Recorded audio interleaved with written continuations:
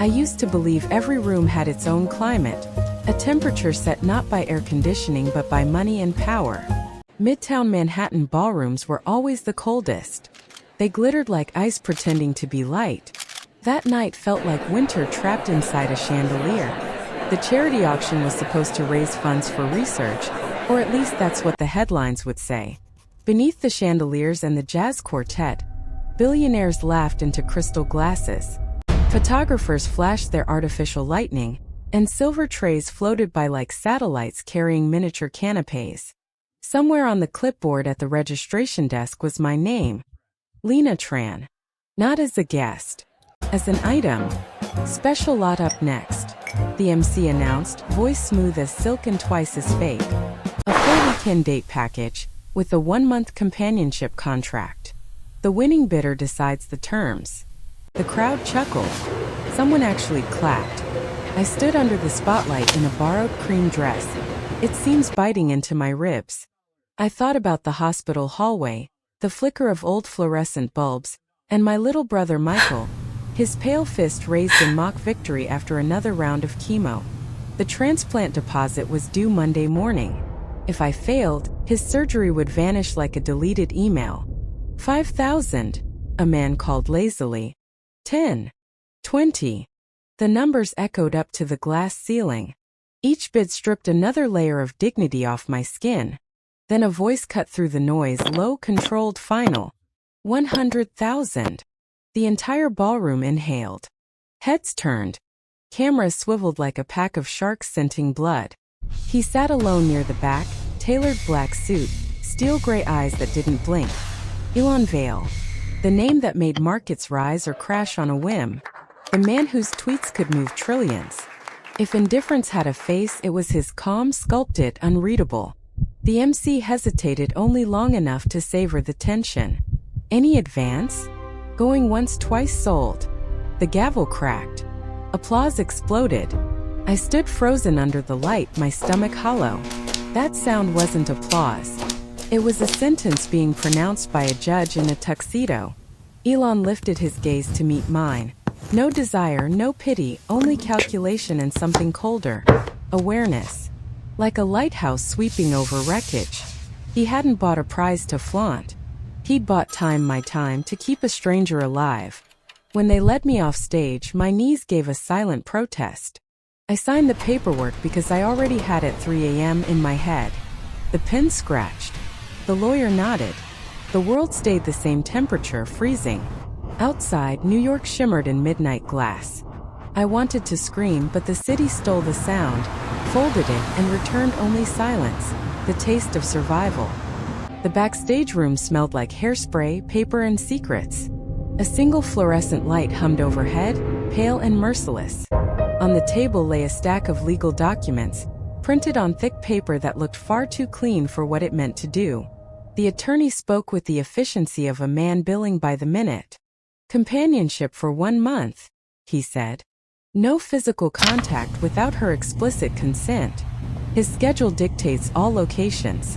She may terminate at any time, though the donation remains while the daily stipend ends. Funds are wired tonight. It was supposed to sound like protection. It felt like a manual for walking through barbed wire. I stared at the words companion contract printed in bold at the top. The ink looked heavier than blood. You can still say no, Elon Vale said, leaning against the wall. His voice was the sound of tempered glass, smooth, unbreakable. If you refuse, I'll find another way to fund the surgery. But it will take days. Maybe weeks. The word delay landed like a bullet. Monday morning. The transplant deposit. The hospital's sterile promises. Michael's tired smile. Saying no meant losing him. Saying yes meant losing myself. Yes, I said. The word scraped like gravel. I'll do it. The lawyer's pen hovered only a second before sliding the papers toward me. My name, Lena Tran, bloomed on the page in careful, obedient ink. Elon turned away, already on the phone. Wire the full amount tonight, he ordered.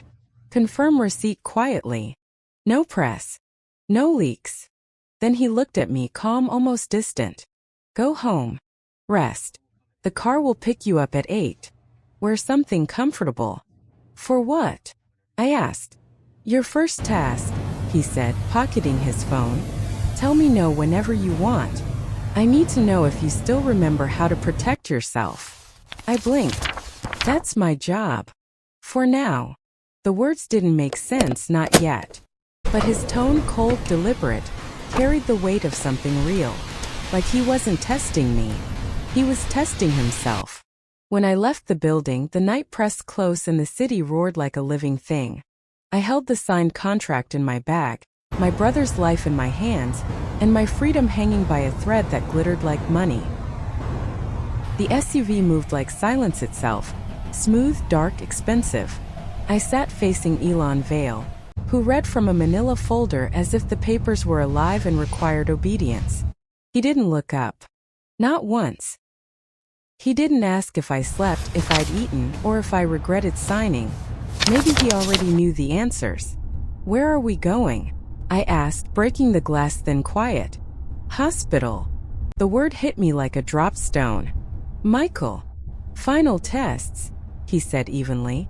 The funds cleared overnight. I instructed the hospital to proceed quietly. I swallowed hard. Funds cleared. It sounded so casual, as if saving a life were just another transaction to him. But when you've lived at the mercy of bills and invoices, those two words mean salvation. The hospital looked the same as always. White walls, stale air, the color of waiting. Through the glass partition, I saw Michael propped up on his pillow, hair thin but eyes bright. He raised his hand, a small trembling thumbs up. I pressed my palm against the glass. The cold seeped into my skin. Promise. Prayer. When I turned, Elon stood a step behind, not touching, not intruding. His gaze dropped politely away from my tears. It was strange being seen without being exposed. Why are you doing this? I asked quietly. He didn't blink. Because I purchased you last night, he said, his voice low, factual, unapologetic. But I didn't purchase the right to hurt you. The honesty in his cruelty was disarming. You think that makes you a good man? I whispered. No, he said simply. It makes me responsible. For a moment I couldn't breathe. We spent the day orbiting his world, his kingdom of time and precision. A closed-door meeting where everyone spoke in half-truths. A 5-minute lunch eaten in a car that cost more than my childhood home. A quick detour to a nursing home that bore his mother's name, Vale Haven. Inside, an old woman sat staring at a puzzle she couldn't finish. Elon knelt beside her, took her frail hand, and said nothing for 15 full minutes. Not a word. Not a sigh. He just stayed. And in that stillness, the mask he wore, the one made of arrogance and ice, cracked slightly. When he stood, his voice was different. Softer. Human. Come on. We're done for today. That night, the car dropped me off in front of my building. A crumbling brick box in Queens. I turned to him. What happens tomorrow? Another gala, he said. People will test your silence. I want them to meet your refusal. Why does that matter? He looked out the window, where the city lights reflected like tiny stars in steel. Because everyone's selling something, he said. I want to see what you refuse to sell. Then the door clicked open and he was gone, leaving me with a question that burned longer than any answer could. I went upstairs, laid on the worn-out couch, and stared at the ceiling until dawn. Somewhere in the dark, I whispered to no one. Tell me no. The second gala of the week felt like walking back into a nightmare staged in crystal. The chandeliers dripped light like they were designed to blind, not illuminate. Champagne glasses clinked like weapons being sharpened. The dresses shimmered, the diamonds glittered, but the air itself was sharp and cold. Too cold for velvet gowns, too cold for silk. I could feel the frost even in my bones. When Elon Vale entered with me on his arm, the shift in the room was immediate. Heads turned like predators scenting new prey. Whispers darted from one mouth to another. Is that her? The auction girl. 100 grand, they said. Eyes didn't look at me, they sliced. Curiosity, cruelty, contempt. Not one glance carried kindness. I wanted to disappear. My hands itched to fold into myself, to vanish behind some curtain where shame could not follow. But Elon's steady presence beside me was like gravity, calm, unyielding, grounding me in a storm that wanted to scatter me to pieces. He did not squeeze my hand, he did not whisper reassurance. He simply stood there, as though his silence alone said, "You are not alone in this room." And then I saw him. Jeffrey Warden, the architect of the glittering fraud dressed up as charity. The man who had turned human desperation into a market with bids and gavels. His smile was the kind of smile that men wear when they believe nothing in this world can touch them. A smile polished by power, backed by cruelty, fueled by money.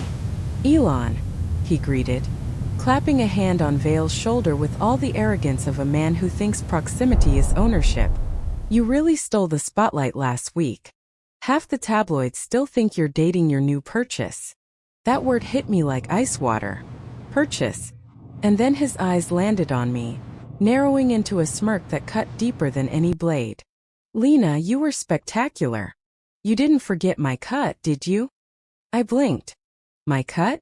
My voice betrayed my confusion. My cut. Jeffrey winked with the confidence of a man who had never been told no. "Referral bonus, sweetheart. That's how these things work. Everyone gets a slice of the pie." Elon did not flinch.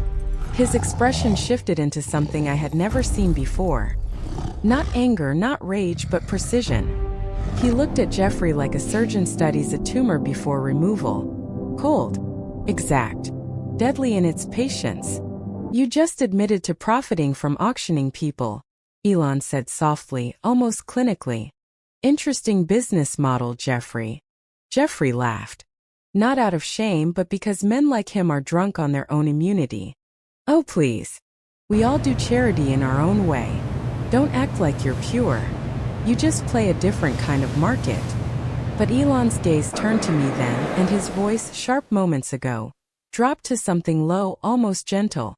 "A razor wrapped in velvet. Say it." My breath hitched. "Say what?" "Say no." The word burned in my chest. My throat closed around it like it was a stone too heavy to swallow. Every instinct screamed at me to stay silent, to not make a scene, to survive quietly as I always had.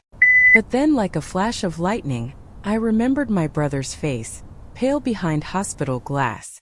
I remembered the gavel slamming down that night when my dignity had been itemized and sold. And I understood in that moment, silence is how men like Jeffrey win. So I said it. A single word. "No." The air fractured. It was not loud. It was not shouted. But it cut through the room like glass shattering. Jeffrey's smile slipped. "What did you just say?"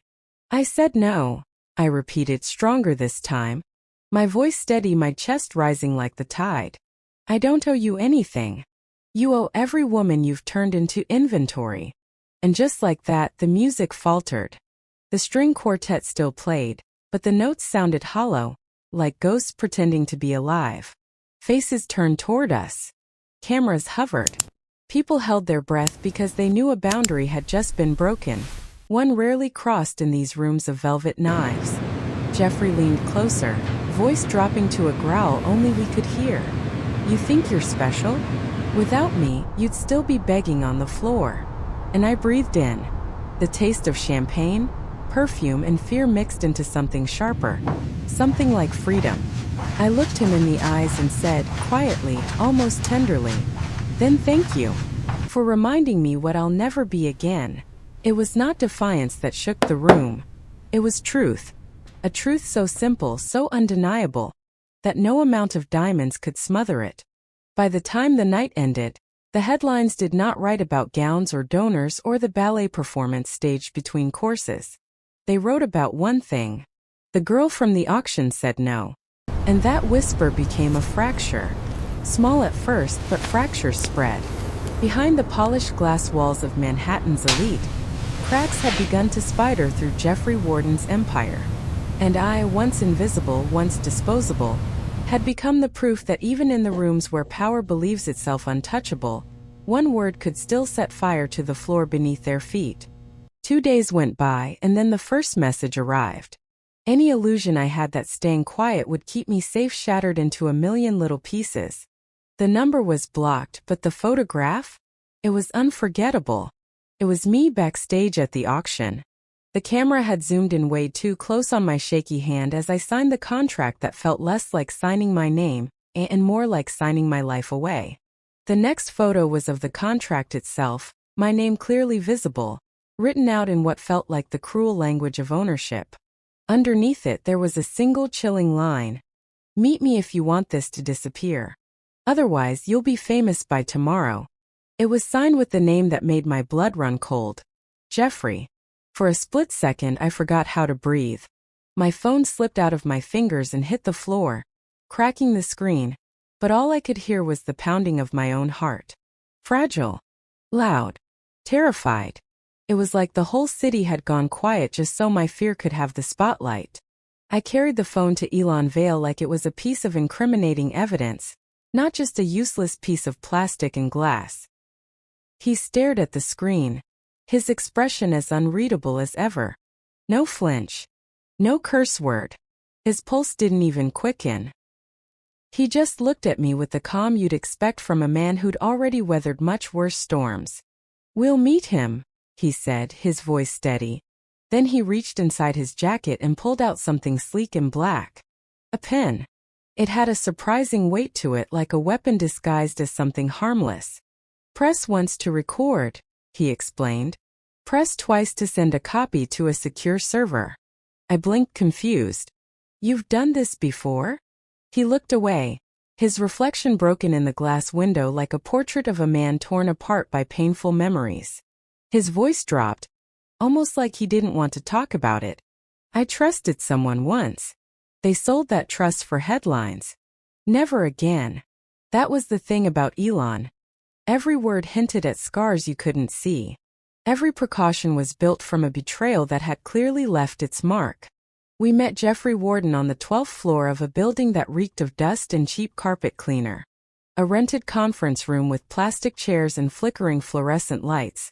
It seemed fitting that a man who flaunted his power in grand, marble halls would come to play God in such a pathetic, empty space. He showed up with 2 goons in dark suits, shadows you could rent by the hour. He sat down with the confidence of someone who truly believed the world was his to command. He tapped ash into an empty glass, and with the casual air of a bored banker ordering lunch he said, 50,000. I delete everything. Cheap price for a reputation. His words were slimy, like snakes slithering across the table.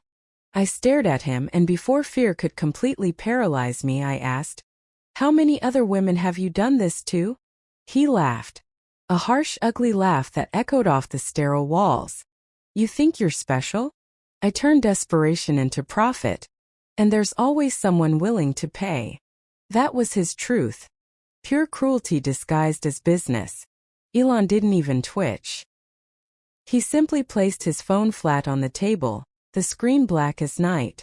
His voice was soft, almost like a thank you. "Thank you for your confession."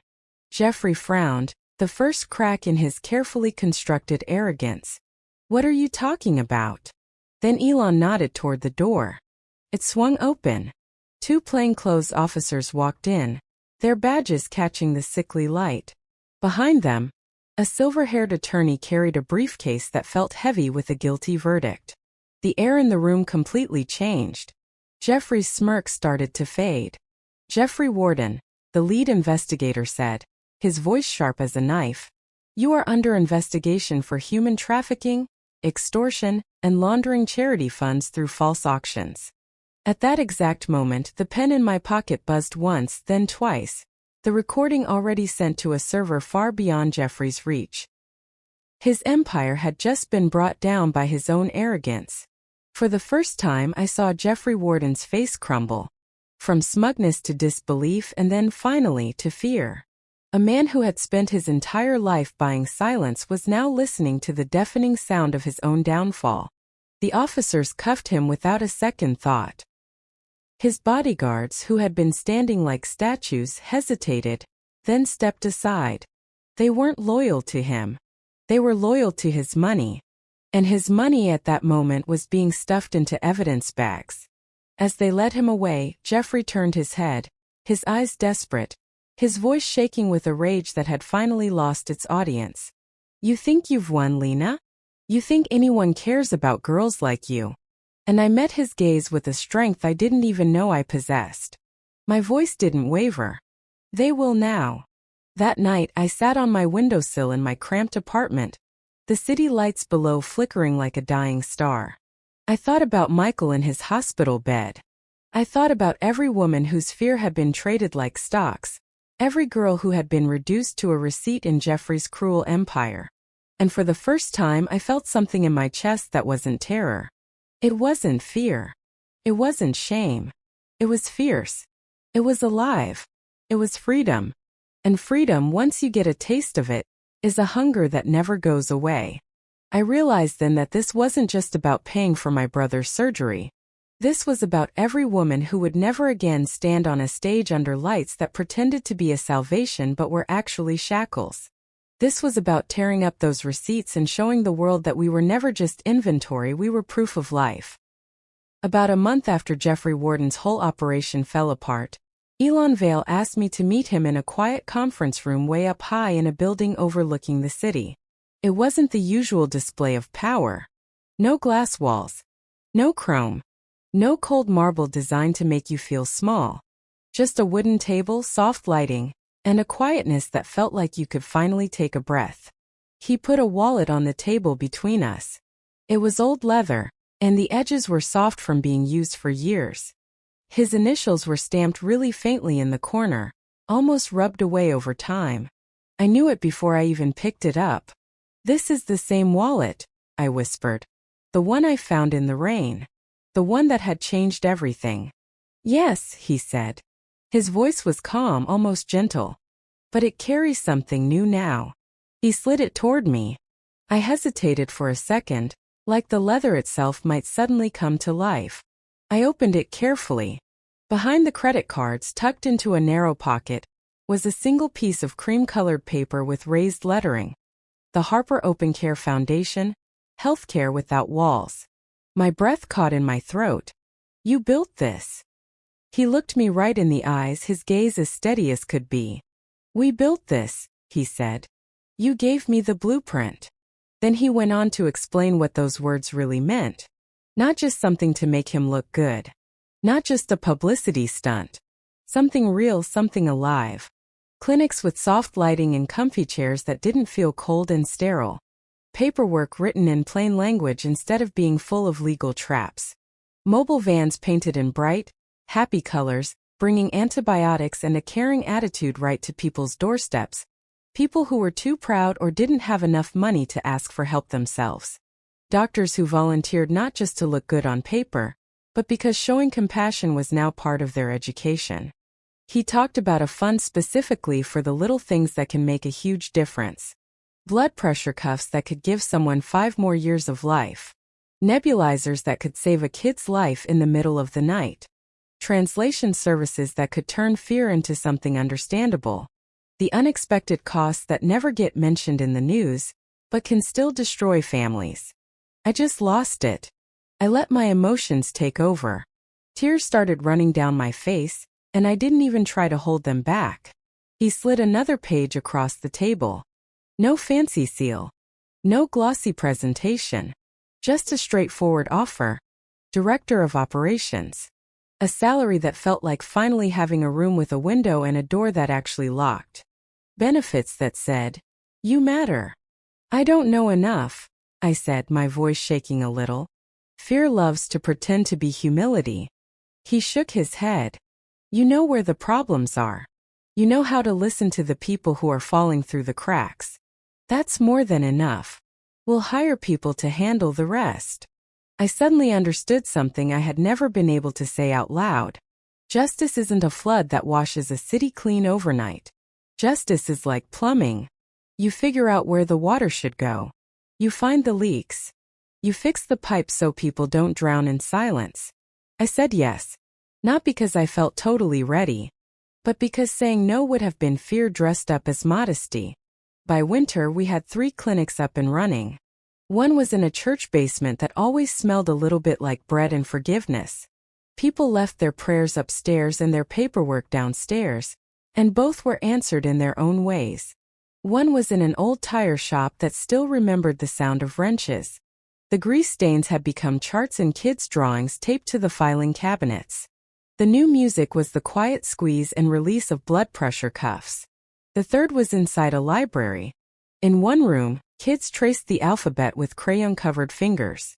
In another, grandparents learned how to manage their diabetes with dignity.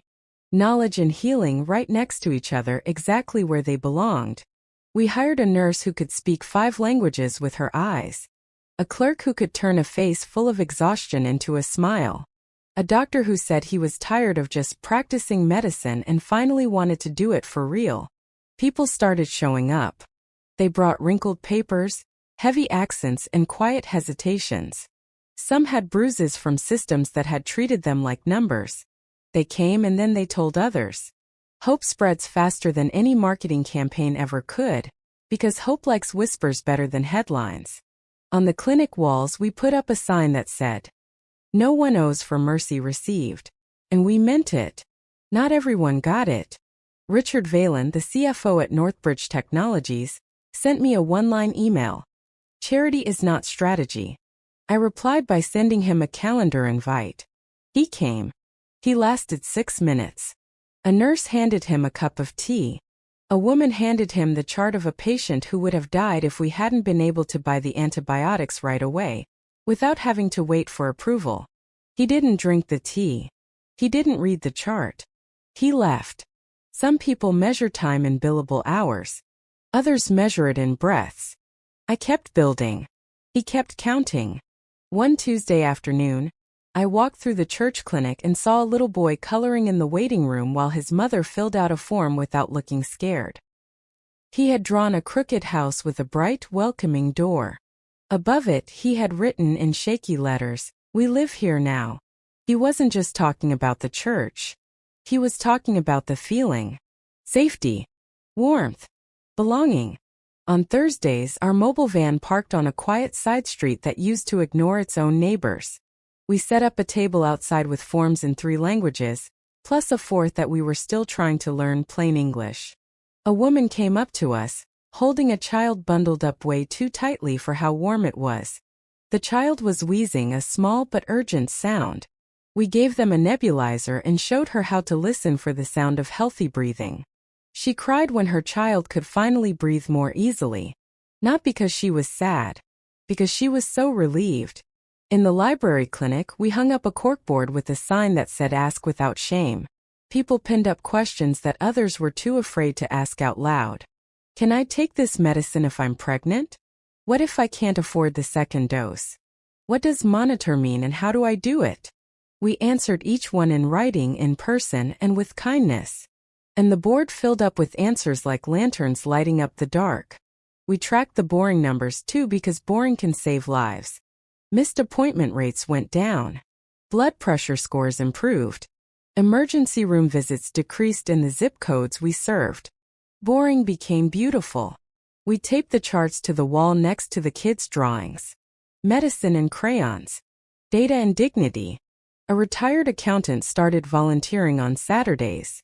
He sat at a card table with a calculator that had seen better days and sighed happily as he taught families how to read hospital bills and how to challenge charges that should never have been there in the first place.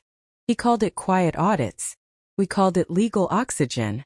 We hired a translator who brought phone chargers because sometimes the most important thing is letting someone text the person they love the most. Those small decisions, chargers, crayons, tea, turned appointments into real connections. Connections into trust. Trust into health. And slowly, something started to change in the neighborhoods too. The owner of the corner store put a basket by the register that said, "Take one, no questions." It always had something in it. Apples, cereal bars, cheap rain ponchos for when the weather turned nasty. A barber offered free haircuts to kids on report card day. The bakery left day-old bread with a note. Pay us when you can, or pay someone else first. Kindness had found its own way of spreading. Back at Northbridge, the pushback wasn't a surprise. Richard sent another email with a spreadsheet. It tried to put a number on the cost without counting the good things that were happening. He wrote, "Where is the upside?" I wrote back, "In fewer funerals. In people who don't lose their jobs because they missed a week treating something that could have been fixed. In children who sleep soundly at night and come to school ready to learn. In neighborhoods that stop swallowing their own grief." He didn't reply. But the board did. They came to one of the clinics without telling us. They met a grandmother whose cataract surgery we had helped her get through a system so complicated it would have stopped anyone with less determination. They met a teenager who had come in for an ankle brace and stayed to learn how to check his father's blood sugar. They met a nurse who had become an expert at turning fear back into hope. On the way out, one of the directors stopped at the wall where the kids' drawings were hanging beneath our "No One Owes for Mercy Received" sign. He took a picture of a crayon sun with a big smile and a stick figure dog. He looked at me and said, "This feels like a quarterly report I actually want to read." I said, "We post the numbers on Tuesdays. Crayons every day." He laughed and nodded. Sometimes changing things for the better happens one person at a time. We made mistakes. We learned from them. We wrote everything down.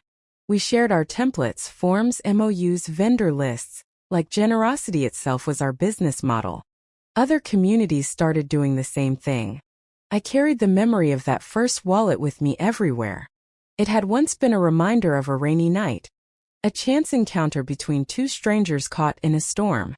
Now it sat on Elon's desk like a compass showing us the way. Proof that things that are lost can become foundations.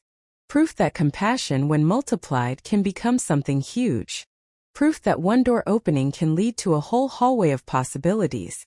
One evening after a long day, Elon asked me to meet him back in the same quiet room. The sun was setting over the river. He put the wallet on the table again and waited while I took a deep breath.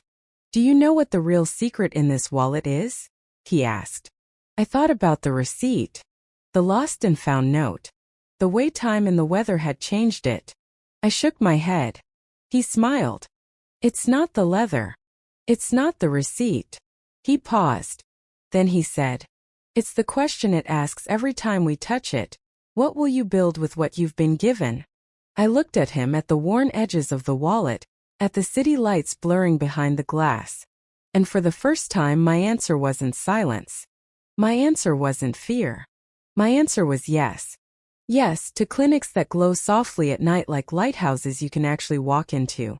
Yes, to vans that hum promises down quiet streets.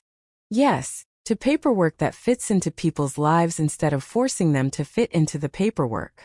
Yes, to a sign on a wall that keeps its promise. No one owes for mercy received. Yes, to a future where the smallest things become the strongest bridges.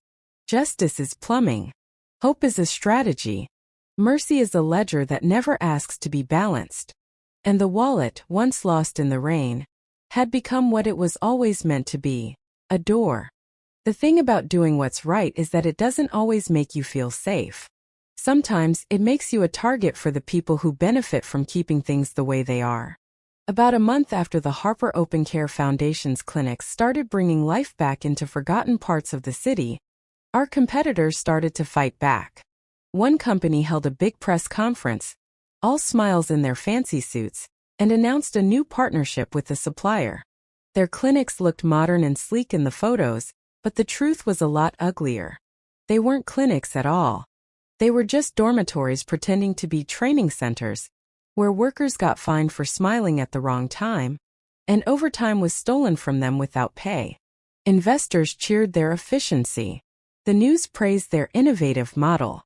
In that moment we had to choose. Take the easy way and get the praise, or build something that would be harder but better. Elon Vale called me into his office. For once he didn't look like the billionaire I had met at the beginning. He looked like a man with a heavy weight on his shoulders that he refused to shrug off. "The market rewards cutting corners," he said. "But lives are lived in the corners we choose to keep." So we got to work. We asked the people who were most affected by the problem to lead the way. The workers themselves.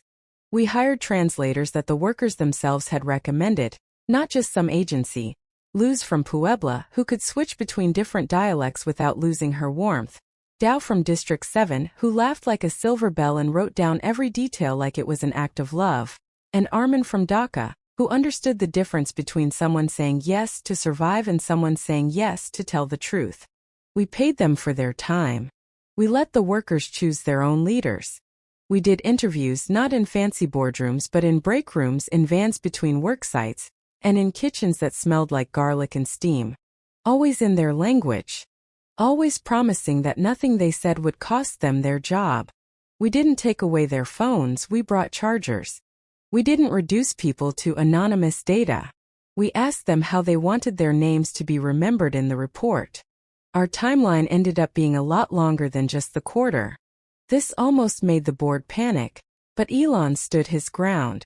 Real change, he said, doesn't happen on a quarterly cycle. It happens on a human cycle. It cost us more money, and the CFO hated every minute of it. How do we make a plan to not cut corners? He demanded in one meeting. Elon looked at him and calmly replied, by counting the corners we keep. The market took a pause. And then slowly things started to shift. Some journalists started looking into our competitors' training centers. Photos came out, rows of bunk beds, schedules that looked like chains, and fines that were given for mistakes that didn't even exist. Their cost savings turned into subpoenas. And suddenly what we were doing the slow, expensive way looked like the only way that could survive in the light. Our report wasn't some glossy brochure. It was what it was: work. Line by line. Site by site. 2 columns: what we saw and what we were changing. An appendix of workers' names and wishes, printed with their permission. A QR code that linked to the raw audio itself so any worker could point to it and say, yes, that's me. That's what I said. The internet tried to turn it into a victory lap, but we didn't let them. This isn't a triumph, I told them. It's just a receipt. Meanwhile, the Harper Open Care Foundation was growing in quiet, less visible ways. We wrote up a family days policy. If the hospital calls, you go. No guilt. No paperwork that feels like punishment. Time itself was the benefit, paid out without penalty. The first week, a receptionist named Priya left in the middle of the morning to sit with her father through a cancer scan. She came back the next day with a box of sweets and a smile that lit up the lobby. A line cook named Jay used 2 hours to see his sister's new baby through a nursery window. A security officer named David took a Friday afternoon off to sign custody papers for his nephew. The return on kindness wasn't a straight line. It was exponential. Retention increased. Incidents decreased. Satisfaction metrics shifted like tides, following kindness instead of spreadsheets. Then life reminded me that progress is always mixed with loss. The clinic phone rang, and the nurse told me that my mother had a good day. She laughed at a joke about bananas. She asked if I was eating. She told them that I had always been stubborn in 4 languages: English, eye contact, silence, and love. A week later, she had a bad day. Then a quiet day. Then a day that felt like jasmine tea and goodbye. Hospice rooms have their own kind of weather.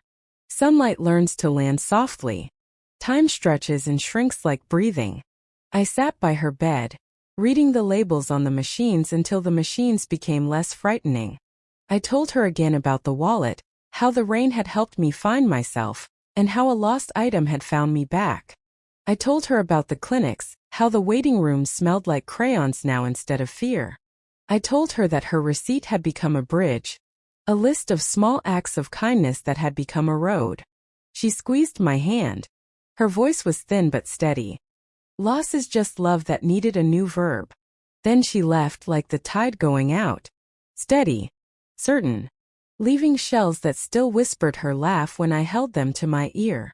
We put a small plaque on a bench near the clinic where children drew rainbows on every surface. It read, "For those who listen before they judge." People would sit there between their appointments and remember how to look at each other. Sometimes you could hear 3 languages being spoken in 1 minute, and none of them were unkind. Ethan came to that bench one afternoon. He put his old wallet beneath the plaque for a moment. The leather was softer now, the softness that meant survival. You never replaced it? I asked. He shook his head. Some things work better after being found. Inside, I saw the things he kept with him. A crumpled receipt for 2 coffees and a pack of gum. A bus transfer from a night he almost didn't go back home. A photo of his sister who taught him to hold the umbrella wide. And a piece of notebook paper with his handwriting on it. Don't let scale steal your soul. I knew then what we were really fighting for. Not market share, not headlines, but the small things we chose to keep, the corners we refused to cut, and the promises we refused to break. The competitor put out a statement about isolated issues. We sent another mobile van. They talked about cost efficiency, we whispered names. By the end of the month, our metrics were boring in the best way. Less waste. Lower turnover. Clinics that were full but not overcrowded. The foundation reported dozens of families had become stable. The night school we opened in the old storage building had 24 students, 2 babysitters, and 1 bulletin board of first pay stubs that people finally understood.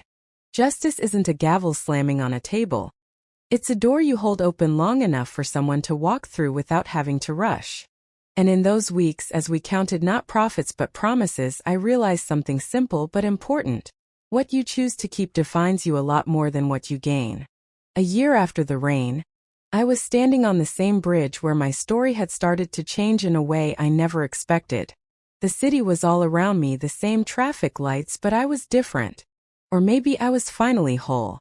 We had grown from 3 clinics to 6. They weren't just clinics. They were places of healing disguised as ordinary rooms. We had 2 mobile vans now, Olive and Star, named by the nurses. They carried more than just medicine. They carried the promise that help could actually arrive, even in places where shame had built walls too high to climb over.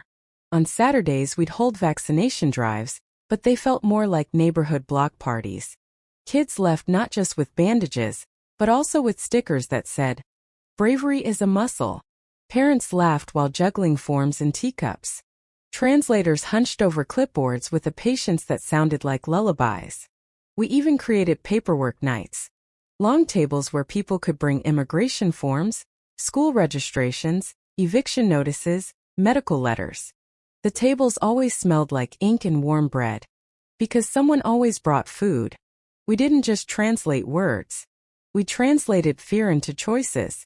Our calendar filled up with names written in all different alphabets. Our budget filled with line items that made accountants cringe, childcare stipends, after-hours buses, extra pillows in the waiting rooms. We cut the glossy expos and conferences that no one ever missed. Instead, we funded the night school that met in the old storage building. There, women and men who worked 12-hour shifts sat down with notebooks to learn paycheck math, labor rights, kitchen English, and kitchen Spanish. At Northbridge Technologies, the company culture shifted like the seasons. Receptionists started leaving at a reasonable hour. Engineers stopped apologizing for leaving early to visit their parents. The facilities staff put a bookshelf in the break room, and books kept disappearing faster than we could replace them.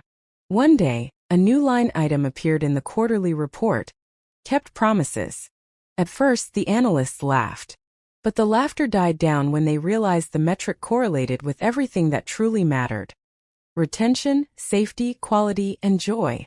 We defined it simply. Of all the commitments we made to people this quarter, how many did we keep on time, in full, and without making anyone have to beg? It sounded like a soft metric, but it behaved like steel. When Ethan and I were invited to speak in a small auditorium, the seats were uncomfortable, but the microphones were surprisingly good. Students in hoodies leaned forward, listening intently. Managers with notebooks scribbled notes. A grandmother raised her hand with trembling fingers, calling her spiral-bound notebook her degree. They asked for fairy tales. They wanted the moment when the prince looked at the pauper and saw a queen. I told them we didn't need royalty. We needed room. Room to be human and still be important. Room to be poor and still be seen. Room to build profit without treating compassion like a cost center. A student asked, "But what about the shareholders?"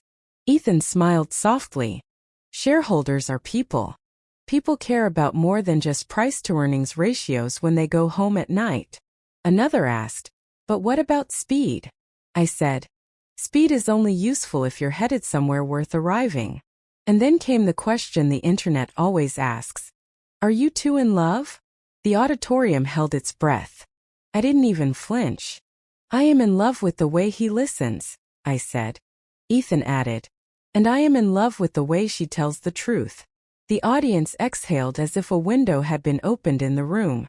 That night, when the lights were low, Ethan placed a small box on the table between us. It wasn't heavy. It wasn't noisy. Inside was a thin silver ring, engraved with a single word, freedom. Freedom to walk away, he said. Freedom to stay. I will never buy your time. I will only ask to share your life. Grief had carved out a space inside me. Love moved in with its suitcase full of mornings. I laughed and cried in the same breath. Yes, I whispered. Not because I owe you anything, but because we owe the world a life that keeps its promises. Later we went back to the bridge. The river below murmured like an old friend. He held the umbrella over both of us, and for one rare moment the city decided to be gentle. A bus hissed past, full of faces that looked like the future. Somewhere, a siren chose not to wail. The quiet felt like a blessing. Our clinics multiplied in ways we hadn't even planned. A barber down the block started offering free haircuts on report card days. A bakery left day-old bread with a note. Pay when you can. Or pay someone else first. A high school opened its gym on Thursday nights for stroller laps, because new parents needed both exercise and company. The vans learned new routes by heart. We added a call your person phone in the clinic lobby with a sign. Use me. No questions asked. At Northbridge, managers began their meetings with a new ritual. What did we keep this week? Some answers were small, returning a phone call, fixing a squeaky door. Some were large, hiring a refugee, rearranging a schedule around chemotherapy. The culture had changed slowly, and then suddenly like the weather just before the rain. And in the end, people got our story wrong. They said I returned a wallet and received a fortune. That's not the truth. I returned a wallet and found a purpose. He lost a little image and found a heart. We still argued. About cadence. About commas. About whether cereal is soup. But we apologized faster. We learned to say 3 phrases often and without any fear. You're right. You're safe. I'm here. Because the secret inside the wallet wasn't a receipt or a photograph. It was a sentence. You are not finished yet. It belonged to him. It belonged to me. And now it belonged to anyone who dared to believe that mercy could be measured. If you're listening now in a night that feels too long, hear me. You are not finished yet. Return the thing you could have kept. Keep the thing you thought you had lost. When the rain comes again, and it will, don't run. Let it write your name on the street. Let it wash the dust from your hope. Let it find your hands carrying something back to where it belongs. Because wealth is only real when it's shared. Because love is only strong when it's free. Because justice is only justice when even the quietest corners of the city can hear it and whisper. Yes. That. More of that. My name is Lena Harper. I was homeless once. Now I'm a keeper of doors. I open them. I teach others where the hinges are. If you find a wallet in the rain, you'll know what to do. And if you wonder whether it matters, come sit on the bench with my mother's name on it. Watch the city remember how to breathe. Watch a nurse tie a shoelace for a child braver than his fever. Watch a translator turn fear into sentences, and sentences into choices. Watch a CEO wait in line like everyone else because everyone else is the point. When someone asks Ethan Crowell for the secret to scaling, he answers, attention is the scarcest resource. Spend it where it multiplies. And then he does the only thing that makes the sentence true. He listens. We all do. And that, in the end, is how the story stops being just a story and becomes a life you can keep. The leather now possessed a yielding softness. A softness that signified survival, resilience etched into its very fibers.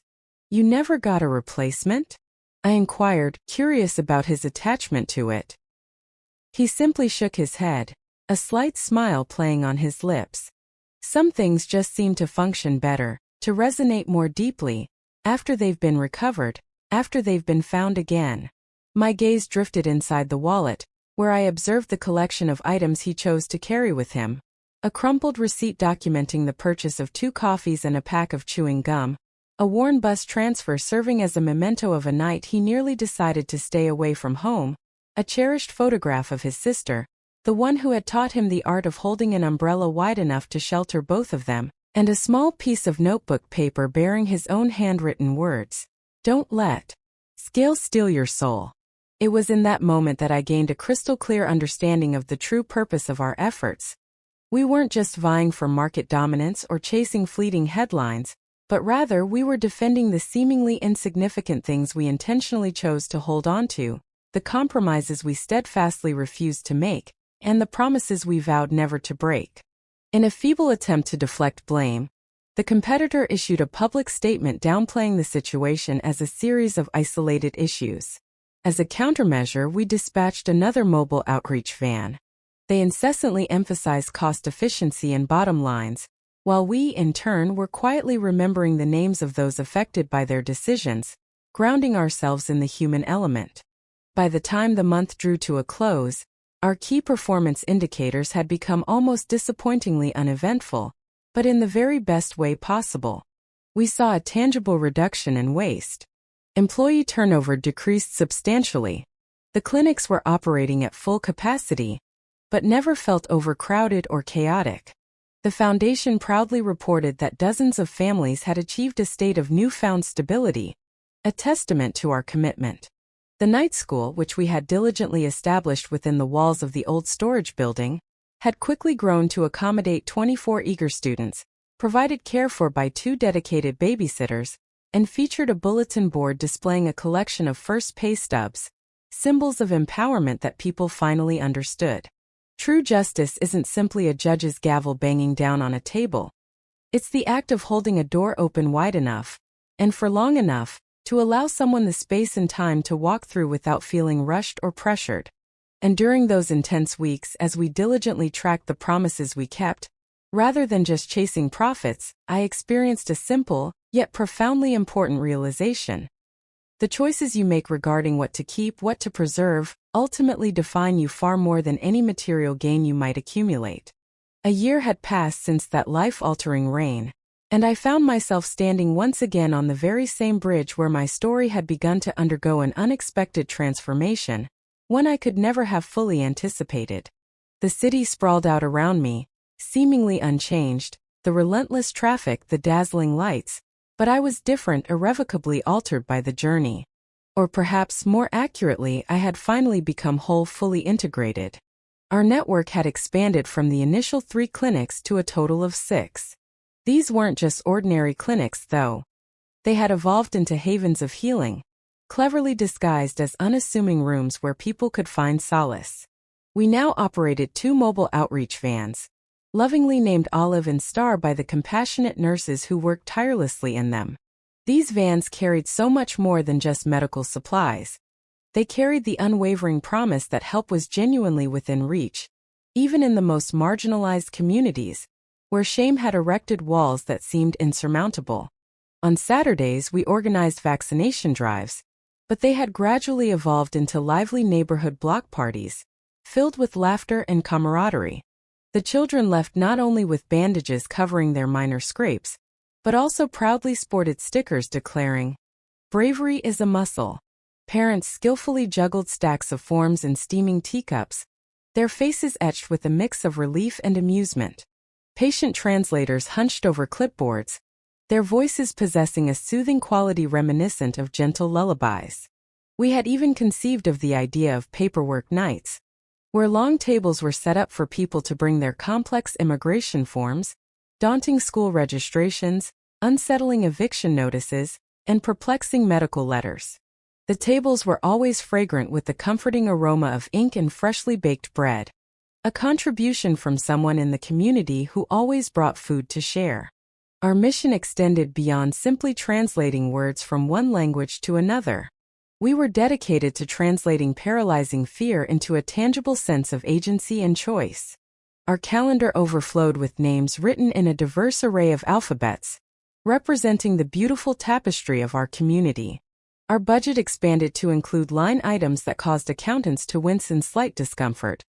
Childcare stipends, after-hours bus routes, extra pillows in the waiting rooms to provide additional comfort.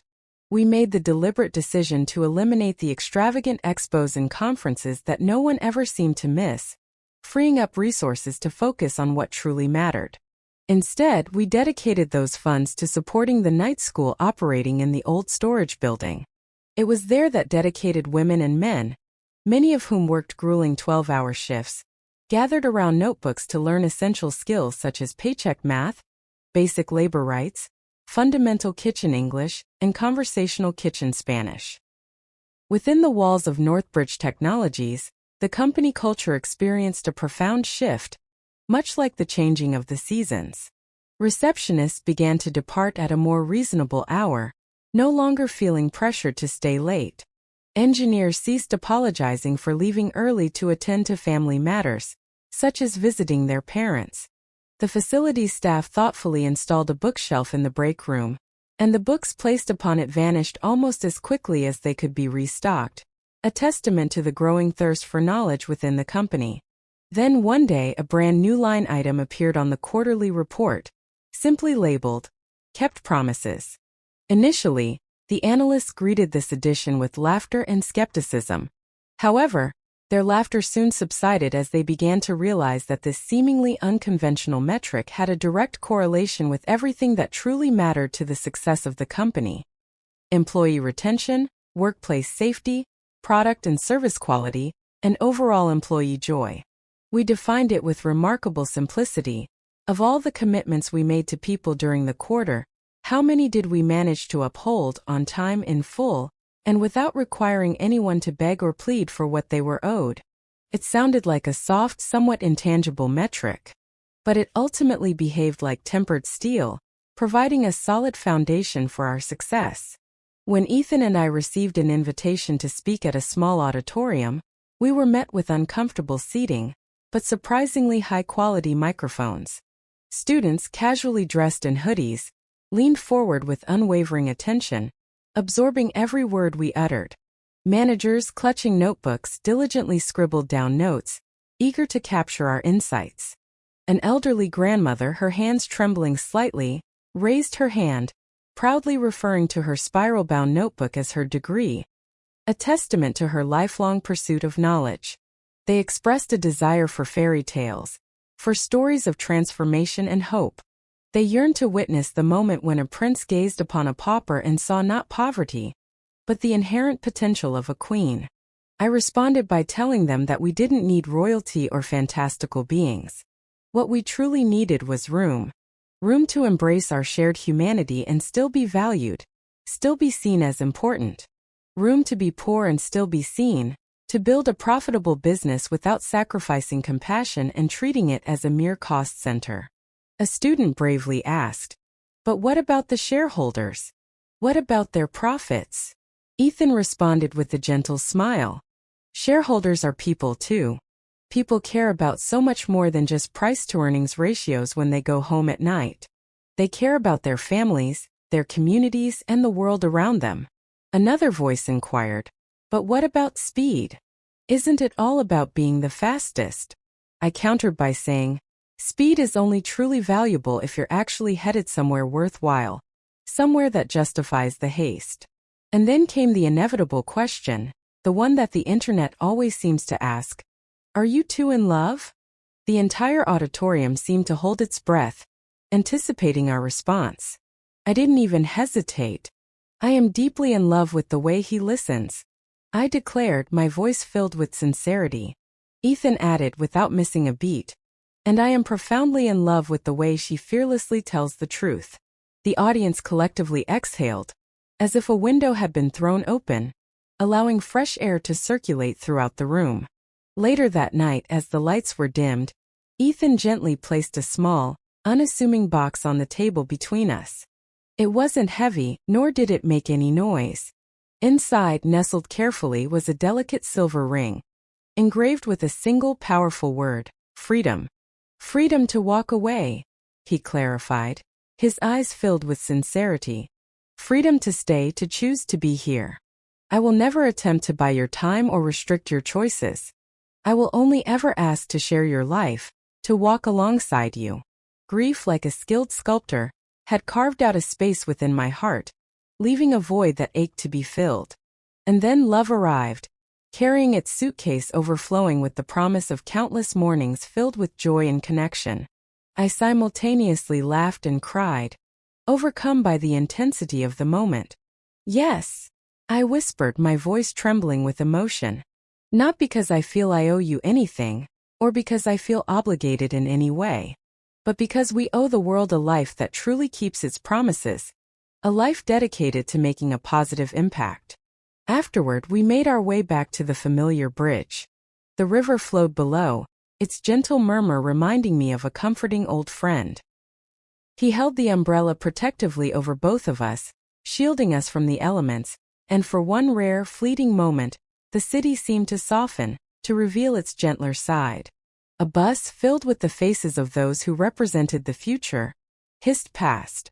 Somewhere in the distance, a siren chose not to wail, breaking the usual cacophony of the city. The quiet felt like a blessing, a moment of unexpected grace. Our clinics began to multiply and flourish in ways we could never have predicted or even planned for. A local barber, inspired by our mission, started offering free haircuts to students on report card days, celebrating their academic achievements. A neighborhood bakery generously left day-old bread with a simple, heartfelt note: pay when you can, or pay it forward by helping someone else in need.